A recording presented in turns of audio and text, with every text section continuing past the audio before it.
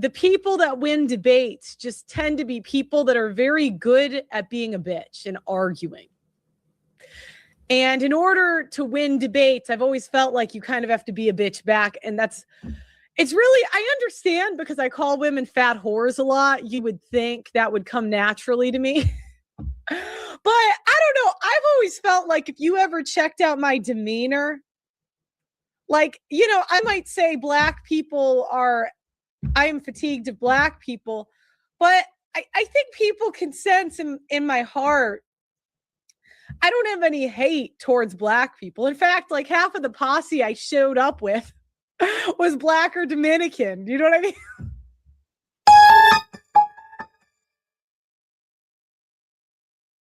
Oh my God, half of the posse she showed up with.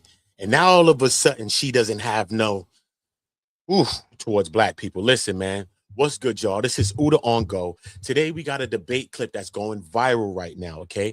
Pearl, Just Pearly Things run into Ana Kasparian, and it does not go the way Pearl usually likes it to go. Because now here's the thing. Pearl has been real loud in other spaces, especially when she's on panels talking down on Black people and Black women, okay? With those tired-ass stereotypes. We understand that, right? We get this. Okay, cool. But now when it's time, okay, for her to sit across from somebody who's going to press her face to face, suddenly the energy changes. So I'm not even trying to be mean or nothing. You know what I mean? This is just what happened. Now, Pearl herself, she couldn't mute her opponent like how she mutes the people on her podcast. So they saying this is why she ended up muting herself, because she was pausing during the debate. I'm like, what the hell's going on? Oh, no, you can't be serious. That is some bullshit right there. Listen, man, we're going to get into this debate. We are going to break it down. Salute to everybody. Make sure you subscribe to On Go. Be a part of the channel. Make sure you hit the notification bells and make sure you're notified when we drop a new content.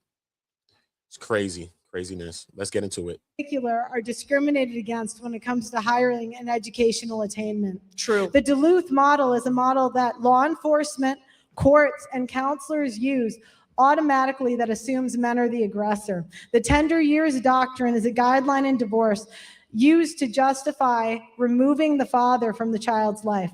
The only institutional sexism that exists is institutional sexism that discriminates against men in favor of women.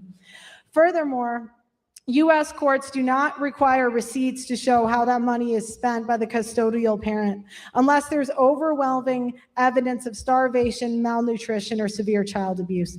There are numerous reports of custodial You want the parents government to money check receipts and see, like, let's let her respond to some of that. hold on, let's understand something. You want government to be so big that you literally have the government looking at receipts to see what a mother is spending the money on? That's insane. I want no child support, no alimony, 50-50. Yeah, because you're crazy and you don't live in reality. I want equality. I'm more of a feminist than you, Anna. Because I say if you want to vote, be in selective service. Be on the front lines just like the men are. Who do you think gives birth to and raises those soldiers?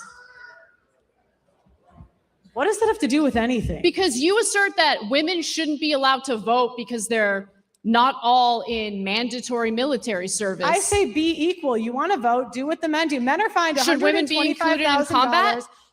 Should women be included in combat? Yes. Okay. Do what the men do. Fair. Do what the men do. Yeah, fair. Agreed. Next.